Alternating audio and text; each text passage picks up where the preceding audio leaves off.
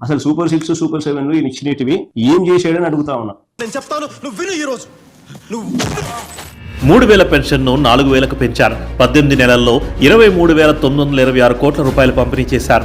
205 అన్నా క్యాంటీన్ల ద్వారా 7 కోట్ల మందికి పైగా ₹5కే నాణ్యమైన భోజనం పెట్టారు. స్త్రీ శక్తి ద్వారా 400 కోట్ల రూపాయల వ్యయంతో 25 కోట్లకు పైగా ఉచిత ప్రయాణాలు కల్పించారు. తల్లికి వందనం ద్వారా 67 లక్షలకు పైగా విద్యార్థుల తల్లుల ఖాతాల్లో 10,000 కోట్ల రూపాయలకు పైగా జమ చేశారు.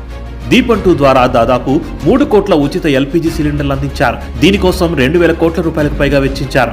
పేదల సేవలో కార్యక్రమం ద్వారా 50,000 కోట్ల రూపాయలు పేదల సంక్షేమానికి అందించారు. స్వయం సహాయక సంఘాలకు చెందిన 3.5 లక్షల మంది మహిళలకు 304 కోట్ల రూపాయల రుణాలు ఇచ్చారు. అన్నదాత సుఖీభావ్ ద్వారా రైతన్నలకు ఏటా 20,000 అందిస్తున్నారు. 46 లక్షలకు పైగా రైతుల ఖాతాల్లో ఇప్పటి వరకు 4,635 కోట్ల రూపాయలు జమ చేశారు. మెగా డిఎస్సి ద్వారా 150 రోజుల్లోనే 15,000కు పైగా టీచర్ ఉద్యోగాలు భర్తీ చేశారు.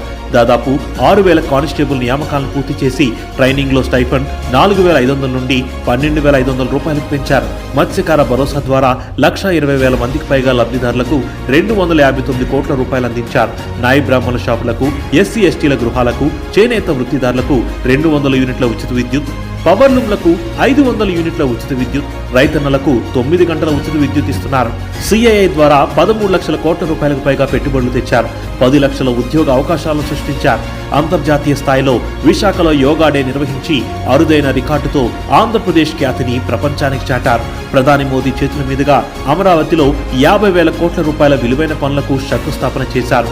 AI city, drone city, space city, MSME పార్కుల అభివృద్ధికి అడుగులు వేస్తున్నారు. పెట్టుబడులకు స్వర్గధామంగా ఆంధ్రప్రదేశ్ను మలిచారు. పూర్వ వైభవాన్ని తెచ్చారు.